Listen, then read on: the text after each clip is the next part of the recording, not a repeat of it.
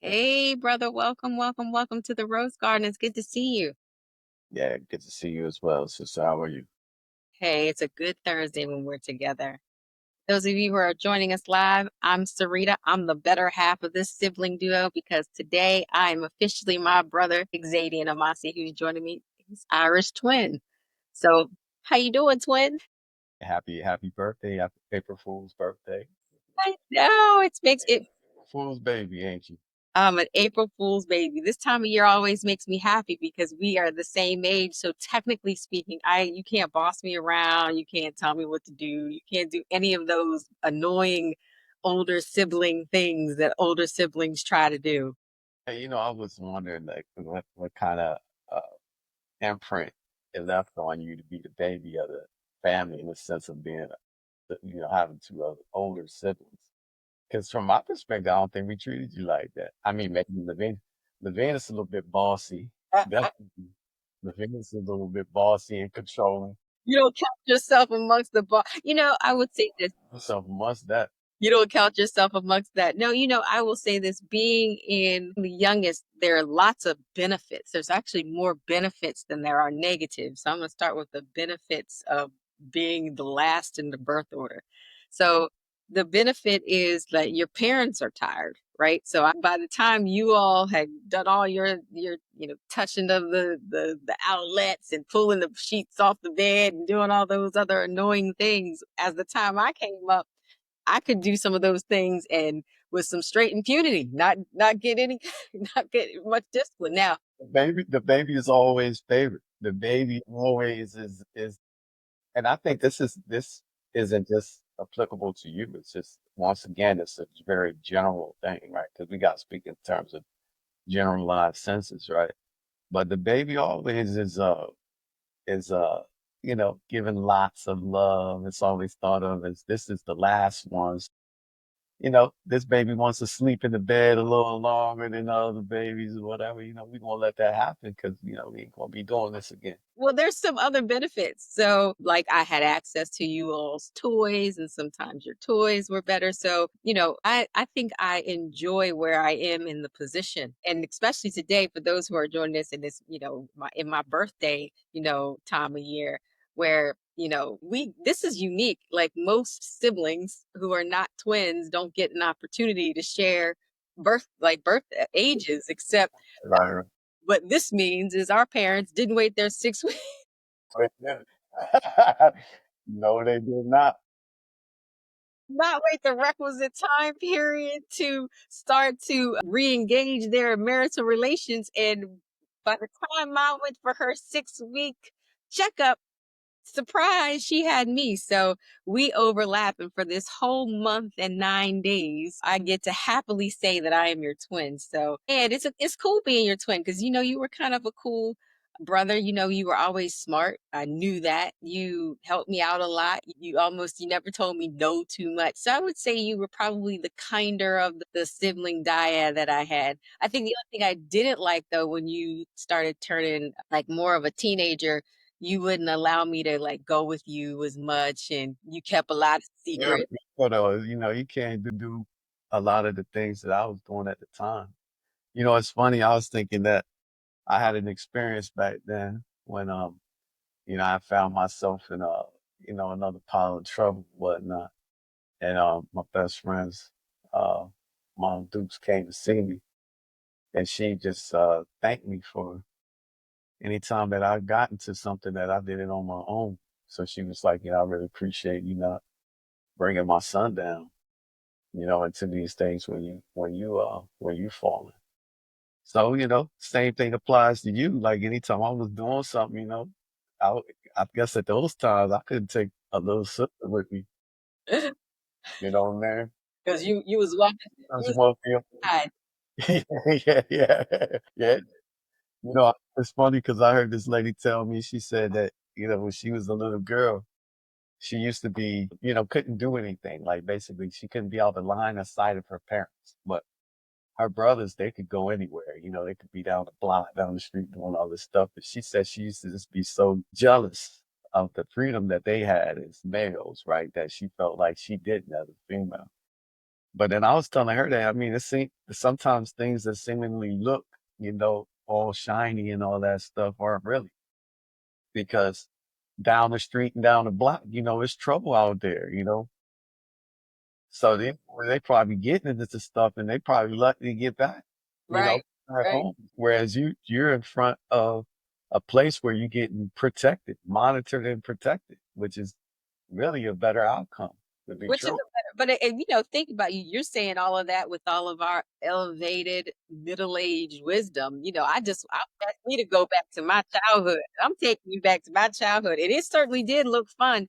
And I remember, I think, thinking about this experience, even though it's so wonderful to be in this birthday kind of period. But, you asked me, the baby always gets all the attention. The baby also gets brutalized because I don't know if you remember this, but you and the oldest tied me up one time and put me in a dark closet for I several. don't, I don't think that was anything due to you being a baby, though. I think that might have been, because I think at the time, if I remember correctly on that situation, I might have to ask, our other sibling on this. I think that was retribution. It Just doesn't it no, doesn't it does not matter. I just want you to know how rotten you all were as siblings.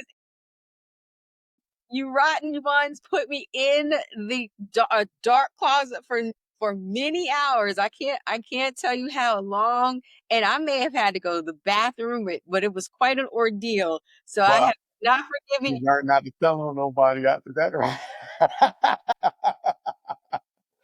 Hey, that's retribution right there. Well, But nobody go. But it's funny, right? Because when you think about incidents like that, right? Same thing. Because I always wonder when someone brings up something and those types of things, they kind of burn into your memories, right? They got like, but you would ask someone like, if your siblings are like that, how many times did that happen? You know, but that only was a one-time thing, which means that had to happen due to something. You know what I mean? Somebody provoked that. coming from you is the justification for the and the wrong, what I will tell you is that it did imprint on me. But because I am so loving and forgiving, as roses, breadcrumbs should be, I have not held that against you. I do want to give you a character logical analysis real quick, because what you just invited to me to was your justification for the harm that you gave. And No, what I'm saying is, don't victim stance. Own that. Like, look, I told on my older siblings, and my punishment for telling was that they tied me up and put me in this closet. And I didn't like it, but like most people don't like the punishments that they get. Most people don't like it. Now, was it justified? That was the question. I Was don't it? know, but even from the smile that you have on your face describing your retribution, I have enough evidence now to understand that there you go, characterologically justifying behavior that was harmful to me. And I'm going to always defend the harm and let you know that I was harmed indeed. But because forgiveness is real, it's an action where I'm gonna be a demonstrator of forgiveness today.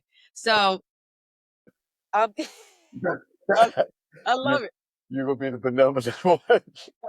I'm gonna be the benevolent one. And listen, so what I'm understanding through this exchange is, as much as I've learned from you and my other sister as the oldest, wider example, you now have some good references for me that you can look down into on today, since we are indeed twins. You can see how I'm the better half of that. Well, I don't know about that. I mean, I would say that definitely you are the female component of that.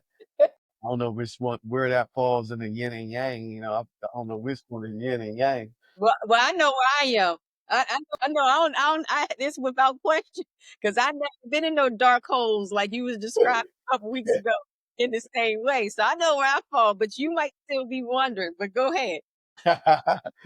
No, I mean, I don't know where you fall in the yin and yang. Like, they say yin energy, yang energy. I forget which one is which one has a which vibration, and maybe it don't even matter because they really like. reflections of each other in a certain kind of a way.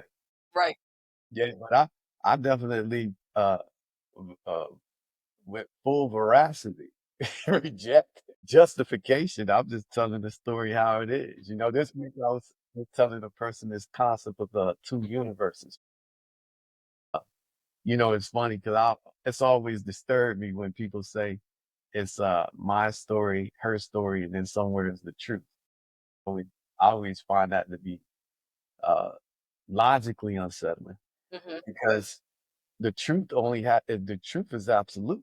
It is universal. So there's only one truth, you know. There's no his story, her story, and the truth, you know. It's what is the truth. So to me, I like it when both sides line up. You know, have you ever seen those documentaries where they're telling a story and it's multiple parties involved in the story? Right. You might be switching back and forth in the video feedback on who's telling a portion of the story, right? But everything is aligning. Like they'll be like, "Yeah, when that door kicked open, you know, I was over here, and then I jumped out the window and all this stuff." And then they switch to somebody else, and they'd be like, "Yeah, I heard the door kicked open. I looked over, I saw Serena jump out the window." But the whole thing is aligned. You know what I Right. mean? Right. I don't like it when the story is like, okay, this happened, and that, you know, we walked into a room and the elephant is there. I'm like, there wasn't no elephant in that room. What are you talking about? So now, right off the break, you got to just scrub the story like something. The whole story is false, you know. But there's a concept of two worlds, right? It's a world sometimes that people are speaking and thinking, and then there's a world that they're creating through their actions, right? And also sometimes those things don't align, right? You know, somebody tell you they're gonna do something, you know, it's like that trust story, right? You know that trust exercise where Which one? someone might say, stand up on this ledge, and this group of people are gonna clasp their hands and just fall backwards and trust that these people gonna catch you, right? Right. Right. You know, so it's a little trust exercise, right? To see if people catch you. But I say in this real life trust exercise, someone might say something like, "I'm going to be there. Jump. I'll catch you." And you say, "All right." Their mouth said they're going to catch me, right? So I jumped off and I hit the ground. I say, "What happened?" I thought you said you were going to catch me. So now the actions and the words don't align, and they create a fracture in these two universes. Concept of two universes. That makes it to where you can't trust the individual, right? You know, you got to scrap. You got to scrap the whole story. You know, it's wild. It's just wild how things are like. Say that I think I need some more background details about what brought you to two universes, but I do get the concepts of that what you're trying to say, and it actually brings us to a good place where we really wanted to kind of chat today, which is we got that Kanye West clip that you sent me, and it opened a lot of moments of dialogue for me. So what we're going to talk about today, for those of us just joining us, is really about like how we manifest pain and how we show up in pain and what that looks like. So as a moment of background for everyone, I am again Sarita. I'm the better half of this Irish twindom. I'm the sibling pair, but I'm joined with my brother Xadian, who we share not just a sibling bond, but we share a lot of the same types of, I would say, integrities, like principles that guide our lives. So my brother shared earlier this week with me a clip of Kanye West being interviewed, and there's a hood. He's in this donned is what I would say would be very similar to a KKK's hood, but it was all black. You recognize it was him by his voice, but you really didn't see, I don't think you saw him positioning the hood on his head. We just see somebody show up and there's a hood. And so he's talking about his experience. And the first thing I did after I listened to this, I don't know, what was it, over 45 minutes, Yeah, roughly, yeah, of, roughly. of what I called mental illness. I said that was mental illness at play. And the other half of my pair said no, that was emotional expression and sadness. So then I re-listened to the interview with that lens. So I think what you shared with the example that started this new introduction of the segment was we can be having experiences, a shared experience, and you can come at it from two different perspectives. So the person that just saw me jumping out the window in your story didn't mean that there may not have been a yellow elephant in her room, right? But the perspective that you saw, you didn't see the vantage point or the perspective of the elephant in the living room. And so what you helped me do with by saying that was pain was I had to go back to listen to the story, to listen. I I think like talking to you every week. Don't they know it's our time? they shouldn't do, but it's like people, it's, You yeah, got yourself right? you got yourself so busy Yeah, I put myself on do not disturb and they still call. every week. So I bring that up because I want to do an analysis of what I saw. And you weren't necessarily wrong. So I give you credit for recognizing pain. I'm curious though, how did you see the pain before Well, because I didn't see pain in that. well, first let's take it from the top, right? Because you know, Kanye is an artist to begin with, right? So a lot of the things that he's doing and the way he's expressing himself is through symbolism, right? Mhm. But then he also mentioned that sometimes this symbolism is coming to him through, just in the moment. Like he's just getting what he say, he's channeling God energy from the perspective of just start from the top with it, right? Mhm. He had on what he calls the black KKK outfit, right? Mhm. It's exactly like a traditional Ku Klux Klan outfit, except it's all black instead of the white and the other colors that they used to use, right? Mhm. And then he also had on a iced out swastika, right? Mhm. And in this, Kanye is beyond canceled by what he considers the antagonist and opposition as the Jewish folks that are running the music industry and the other industries that artists and performers are in, like him. So that's why he's rocking that because he knows that he's saying that they are exploiting black people's pain through using artists to proliferate it, to basically glorify black pain. Mhm. And so he says, when I wear a symbol that illustrates your pain, you cancel me. I mean, so Mhm. that was the whole purpose of why he's doing that, number one. Mhm. Secondly, so that was one part of it. Then the second, Can let me ask you this question. yeah, So I didn't necessarily connect to that as pain. I actually connected to that as anger. And that is anger. pain and anger could be parts of similar feeling experiences, right? But one thing I've always appreciated, or I think I thought I appreciated about what Kanye represented was freedom.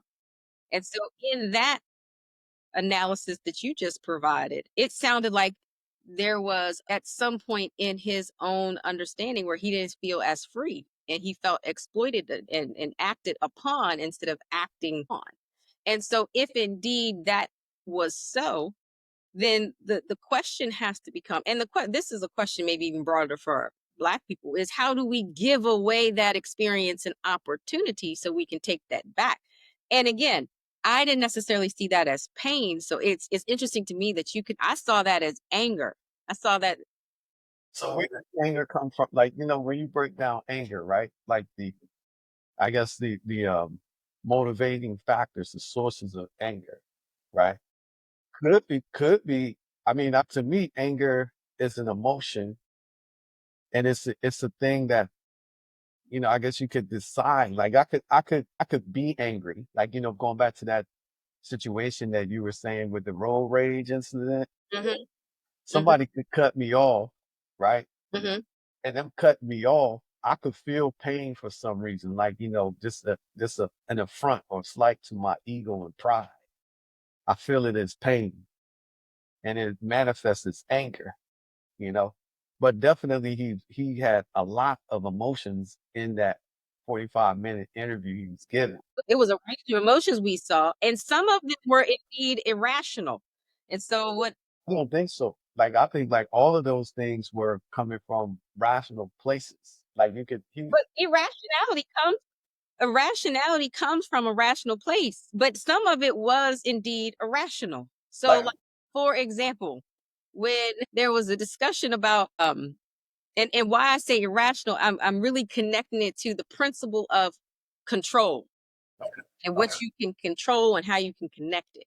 And Okay. so in the statement where and there were a lot of loose statements about his relationship with Kim, but Okay. one time where he said, you know, I knew I shouldn't have had, was having buyer remorse before I even had a baby with her. But people, it's like magical people, you know, wouldn't let me. And I'm thinking, like, wouldn't let you do what? Like, who was holding you back from that experience where you chose to have not just one child, multiple children with this woman who herself, why she became even anything relevant was Well, she was someone who was exploited in my point, in my view. but he said by her mom, because he said the mom is the one that. But even before that, maybe Yeah. her mother, but I'm saying from a basic thing, how we even know about this girl, or how Sarita know, maybe y'all knew her different, is that she was a girl who was urinated on by somebody who was having sex with her. So All that. That's a new piece of information for me. that can't I just knew that she was the daughter of one of the lawyers that represented O.J. Simpson. secondary to how she became like people wanted to know her. You know, she had that Ray J thing where she Yeah, got yeah. But I know Ray J urinated on her. That's some new stuff for me. I never see that see this is part. why I can't trust your eyes. I just knew that there was some. I never did see the tape though. In all fairness, but But I just heard about it. please hear the story, okay? So, and let's just say maybe she didn't get peed on. Maybe she was had. The fact of the matter is, you heard the story that what brought her to prominence and relevance was she was someone who was in some way view. And as a woman, it's troubling for me that you just got to publicly be kind of humiliated and everybody see you have sex and then you can be adorned as a sexual object and all of a sudden you in everybody's rap songs, you know. So which again, if that's being exploited, we do have choice because I remember growing up in listening to rap because again, listening to rap was kind of new to us. We lived in the country, so coming to here and listening to rap, there were people who were not talking about all that violent types of forms of rap that were very entertaining. I listened to them and I loved what they said. It was Black people also who decided that's how you want to be represented and that's how you want to explain. You get a choice in this. Like it's like the movies though. I mean, I do agree with you that you get a choice in doing this, right? But let's be honest, right? In this, that if a person is trying to create an opportunity for themselves, Hmm. right? They got to step and fetch, to be real, right? Initially, perhaps. Yeah, they're going to step and fetch, you know what I'm saying? Just like right now, everybody in the Black community believes that the only way to make it out of the hood or out of certain sort of conditions is only a couple of ways, right? Is either being a athlete or being an artist or being a criminal. Those are those are three main ways. Those are the dominant things that are celebrated. Right. So those are the things that the people control, the gatekeepers of the the supposed gatekeepers promote this. That's what they were even saying that the new Captain America actor was saying that there is no like hard work and recognition in entertainment. You're literally made. And you're made because people sponsor you and they bring you in and you willing to play the game and they will get behind you. Once they get that wave behind you, they build you. They built you up, right? Hmm. So you literally are made, and it's basically who they're picking at this time to make them, you know? So Hmm. I would say that that's why, like right now, the cream of the crop for Black people are that represent Black people are always the top, you know, basketball player or football player. For our community, you could scrap every other sport because the only, the only ones that really represent us is football players and basketball players, and then artists, singers, hip hop artists, all of that stuff. But then you don't really get the people like you and me who are also successful in our own right. You know what I mean? That have come from those origins or whatnot. And then we are also an anomaly, I would say, in a sense, because we definitely are, on the top of end. through real hard bootstrap work, right? But nobody really glorifies that path, right? Because that's more what people consider like the Cosby Show narrative path, even though we have elements of the other underlying piece in it. But there were two main things that are affecting Kanye, right? That I would say are very serious things for a man's life. So the number one thing is the cancel culture impact on his pockets, on his finances, right? Mhm, mhm. Then the fact when he's bringing up the relationship he had with this girl, that it impacts his kids, like you bring where I he, saw that. yeah, But so I'm taking you back for a second because yeah, we're almost there, but I'm gonna just take you back for a second. yeah. This is a choice And that interview mentioned it. But man made. Okay, so I'm telling you, I get a choice between, I don't know, that, the man who peed on someone and got famous, or I get a choice between the person who worked like you didn't pee on nobody. I don't know if you look good in bed or you don't. Uh, I do get to then choose, and let's just say I choose the man that peed on somebody, and y'all know his junk is the biggest junk of the world, and then every woman's trying to sleep with my man. I don't then get to say, because this is the only point I want you to agree with me on today, that I have been manipulated, acted upon, and didn't get to act in my own free will when I then decided to pick that person to have children with, to be able to create a family and a business. I got Right? Because we another day we gonna talk about, do you who you gotta be careful who you create business with. So I he told created business with her, okay, by having this mess all on he was already an artist, so he took advantage of the art stuff. You create a business with that, and then it goes south because I mean, I don't know this person to be of a value. Like again, how was introduced to her would be like being introduced to a porn star. Hey, you saw that porn star with the dingaling that's so big? That's exactly the same. what are you talking about? I'm just saying that would Got be. this up. I'm saying that would be the exact same way that the person he chose to be his spouse and breeder. It was just like someone saying, "Did you meet that porn star with the big dingling?" He has to take accountability for that. And I, and throwing out accountability is healing. I just want people to know accountability is not a bad word. It is indeed healing. the human consciousness has a hard time with accountability though. And I think even Human consciousness. we show it in our discussions, right? Because let's just say when we go back to that way this started today, we're acknowledging that right now we the same age because we Irish twins based on the action of our parents and everything. But then you mentioned how it was for you being the youngest, and one of your only one of the only stories that you brought up was being chastised by your older siblings for something you did. You told her, but you violated the sibling code by telling. So you did some snitch behavior, and then you got dealt with. Right? Then say one of the perpetrators of this justice is justifying, what they did.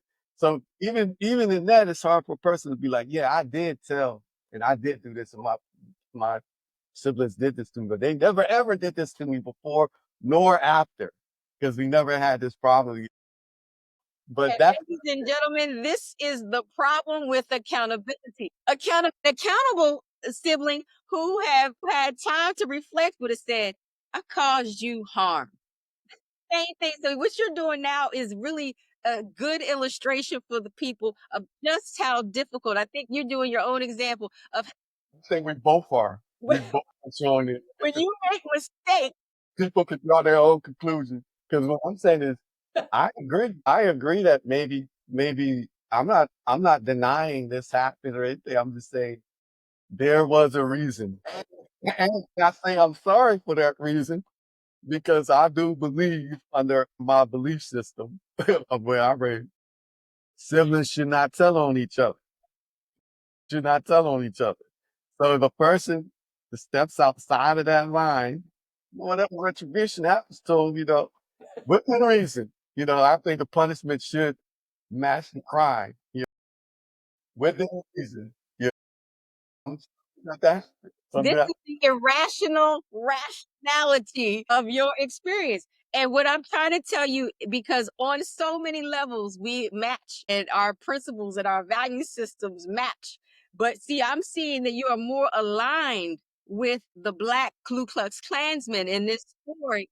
And which is why I really struggled when you sent me the video. I really struggled to figure out pain, right? But it's going to bring us to an interesting discussion because I think pain can be real, but I think the process of healing is one. Fine, I'm going to give you everything that you just said, right? That your system of justice and his system of justice is to do it in these performative ways. Yours was to lock me in a closet. His is to dress like a Ku Klux Klansman and then wear a very offensive symbol of someone's genocidal experience. Okay, and then also to then talk about the person that he himself selected to have children with. And then what I did connect to is pain, and maybe I didn't necessarily see it as pain, but when the story of the children came, when he was talking about the children, I saw that as anger and I saw that as loss. I saw that as a lot of grief and a loss, which probably, like you said, we saw a lot of continuing. But what I did not see and what I believe is necessary, it's a necessary part of this human experience, is accountability. And I say that because we're living in an experience now where it's almost acceptable not to be accountable, right? Like, I can tell you a lie, I can go on TV. That's happening all around us. I turned on the news, which I'm taking little snippets because my mind can't handle it. But where they talked about the Signal, our current administration using the Signal app and blah blah blah blah blah, and the first thing that came out was like, well, it's not really a big deal. And you know what pissed me off about that is the lack of accountability. Because no matter the people who carried out that mission, they got people that love them. So even if they died, right? Like the people that carried out that mission died, their mamas, their children, they deserve the dignity of our government being accountable enough to say, that I made a mistake and I have yet to see someone, just like I'm waiting on, I'm in my middle-aged experience waiting on you and my sister to apologize for putting me. I want the people to know my hands was behind my back. I was in a dark closet for hours until my mother came home and saved me.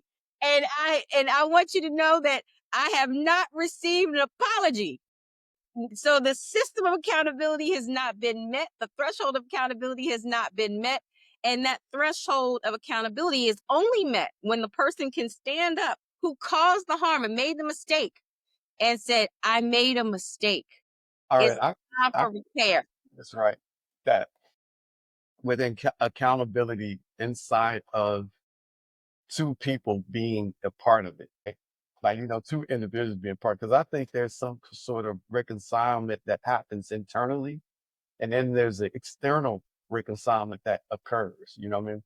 But I can wholeheartedly say that if somebody told on me and I got punished for whatever consequence I got from their actions of telling or whatever, and I went to seek retribution on it, I'm not sorry for it. But I can acknowledge that, yeah, that probably did not feel good and all that stuff. And I could say, yes, I did that.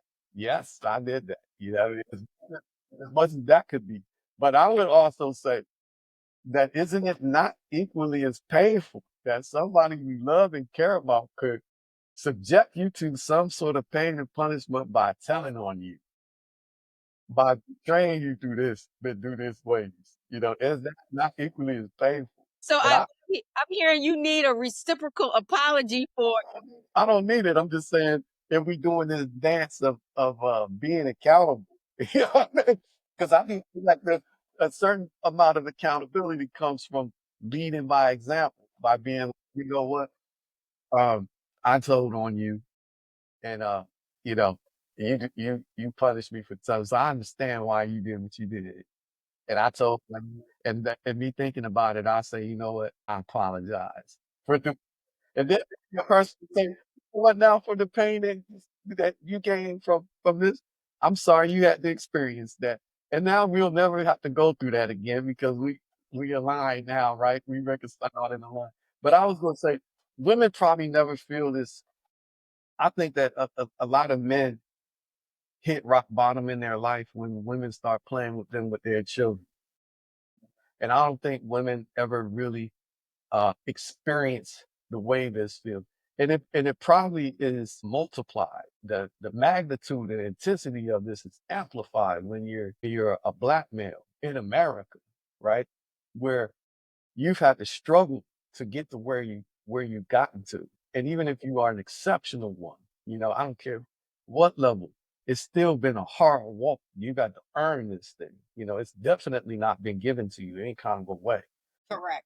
For someone to be able, to that you put some uh, affection and tenderness into, and yeah, you've created a life, and maybe it is that you chose wrong. You chose wrong in this, but certainly that person's been able to benefit from you a great deal in many different ways. But they would try to injure you, by doing anything to impede your relationship with your child. Where he was saying, "This is my family." And so he's saying that I don't have ownership of the likeness, her name and likeness, the child that you probably named, that you birthed, that this is your family. That that definitely makes you angry and it hurts and all of those things in it. But also in the fact that that person trying to drain you of your resources, your hard-earned resources as well. And they try to defame you.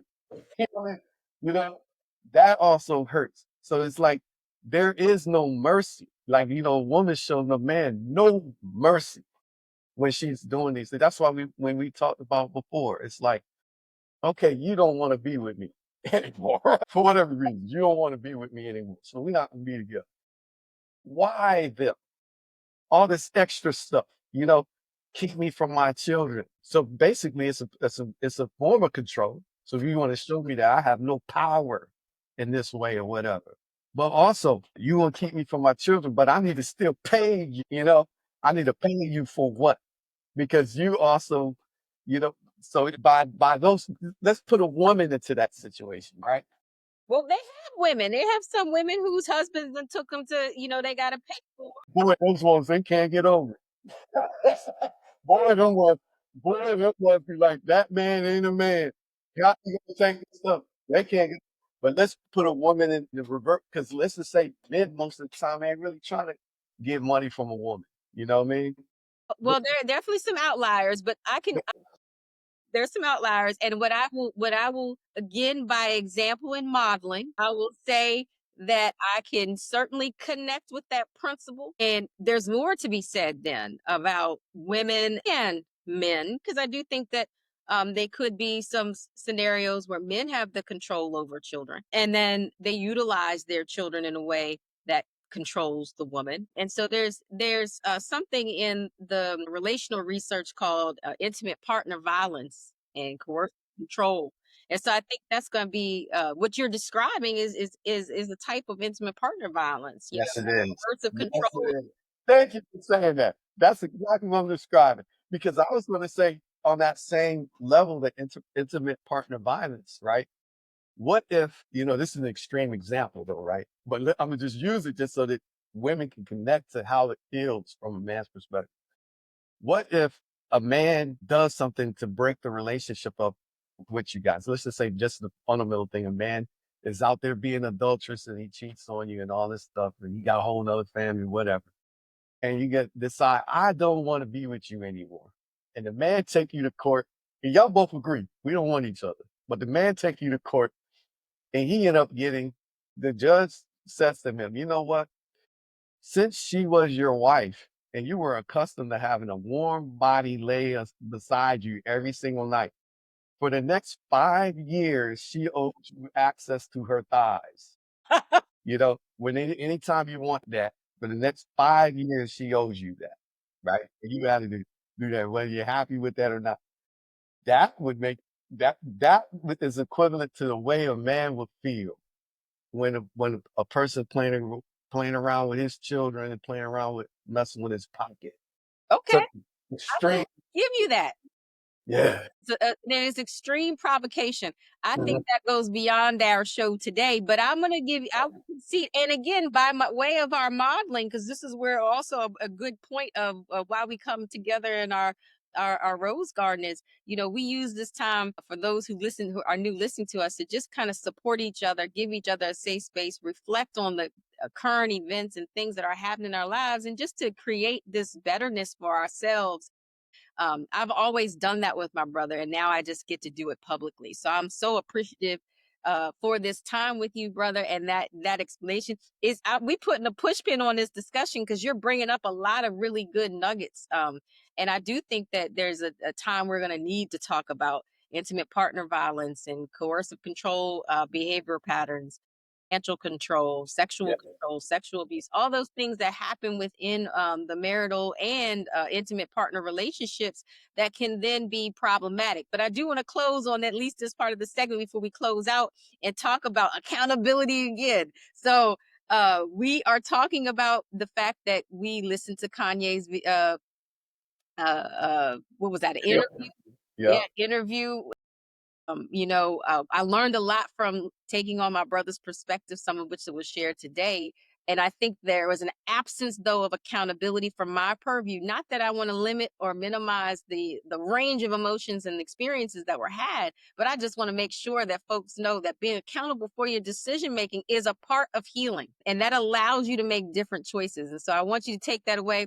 I want you to take that away, not only from the experience with Kanye, but from the experience I shared with you, locking me into the closet where I was held for many hours as a child because I violated a code that I didn't even know was a code, that there was a code clearly that I couldn't, that I had violated. And lessons were certainly learned, brother. I can tell you that. I guess if there's a lesson that I want to impart is that it's just two parts of it. It's deeply listening and empathizing, right?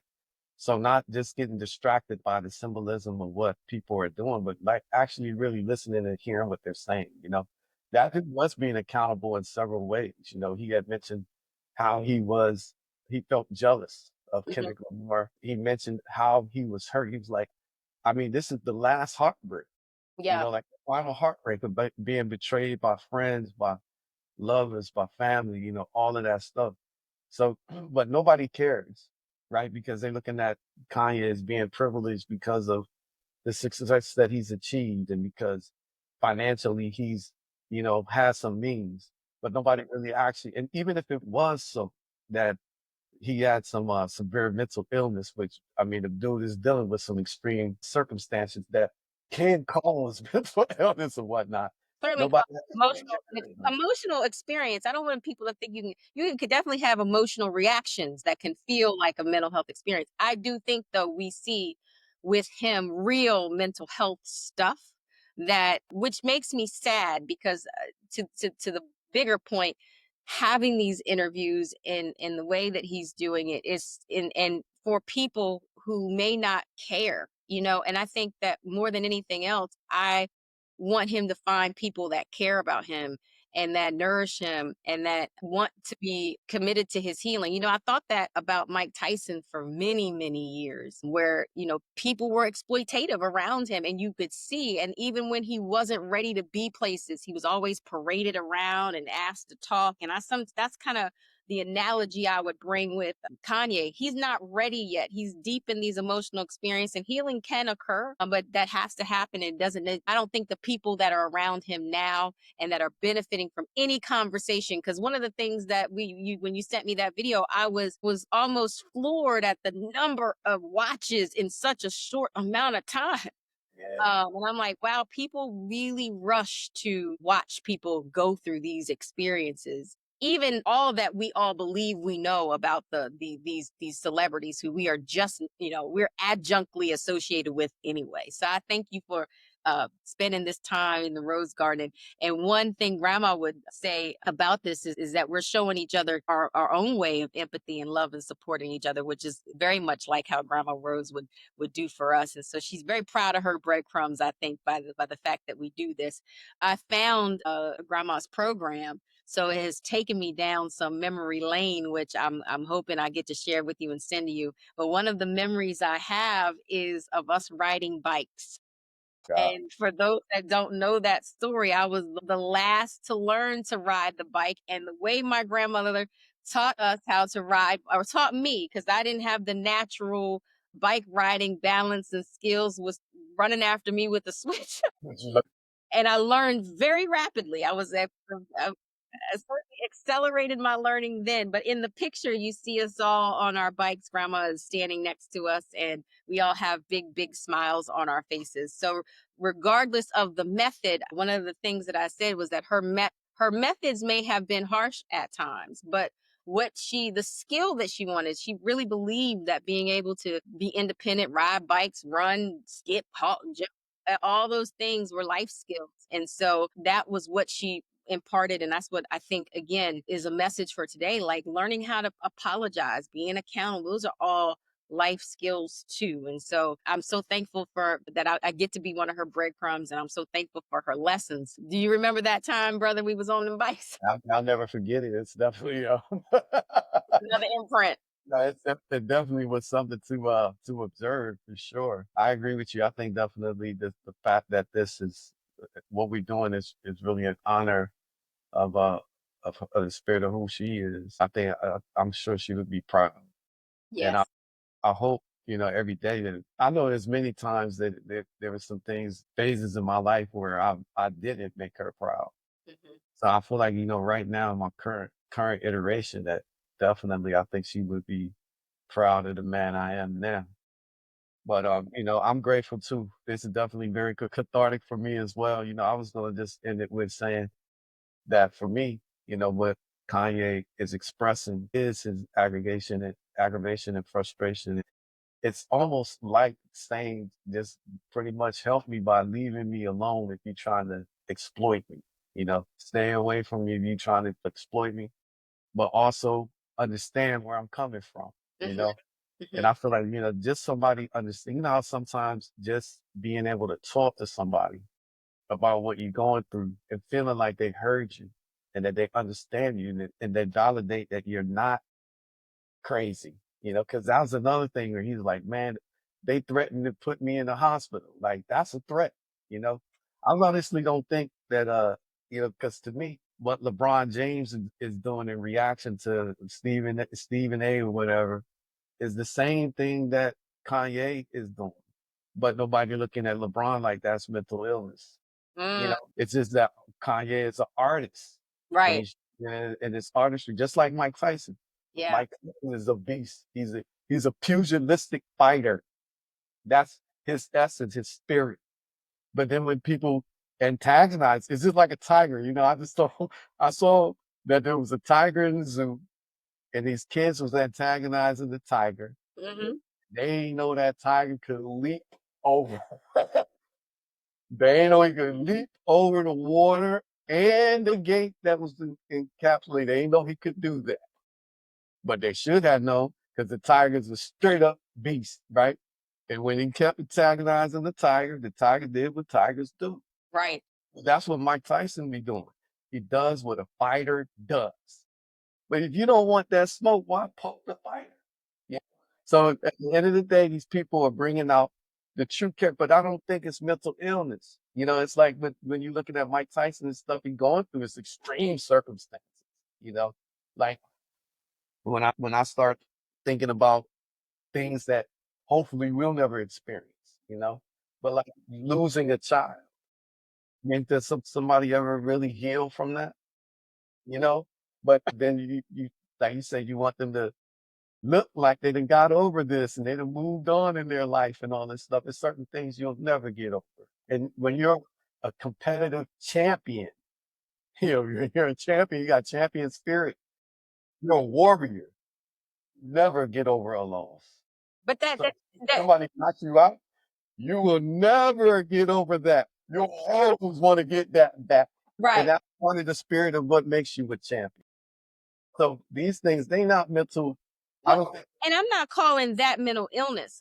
So I just want to be clear. So I'm not calling that mental illness, and I'm agreeing with you that those having those being a part of those traumas and experiencing those traumas are real, and what we are seeing is the emotional reflection of that. So I'm not minimizing that, and I to that I will agree. We got to wrap up, brother. Is there anybody you want to give a shout out to, give good praise to that is supporting you? yeah, I mean, honestly, first of all, I mean, I got to give high praise to someone that's not part of our melanated community, though. But this is a lady that has a super impact in my life, from the business standpoint, and she just happens to be what people would. Because again, we go back to the previous show where we were saying that race is made up, But I'm gonna say that if people are gonna put a label on her, she's a white woman, white American woman. But she believed heavily in my business. She still supports me and stands behind it. She's one of my top clients and partners. Her name is Jane Charlton. She's a associate director of AT&T. I give her uh, the highest praise for many different reasons. Number one reason is how sincere she is and how passionate she is in her career, how she's earned her ring in inside of the industry where it's dominated by males, how she stands out in that way, how she still maintains a relationship with her family where she's the mother and the loving wife inside of that, and how she goes out in the community and counsels the community on how to a loving wife, mother, and a career woman all at once. So I salute her, for Thank you for. her mountains and stuff. And what she does for us, as a business, like she's opened many, many doors. And I would say that she didn't have to do that. You Keep it coming. In this environment, we need our community. So I'm so thankful that Jane is in your community, and we are inviting others to come and join our community. This is a time again for us to honor not only our grandmother, but to support ourselves as a part of her breadcrumbs. And we hope by supporting ourselves, we are supporting you. We want to see you here each week at 2 p.m. live on YouTube. Thank you all for joining us. If you want to see us again, make sure you like, follow, subscribe at Rose's Breadcrumbs on YouTube, and we'll see you next week. See you next week. Much love to your sister.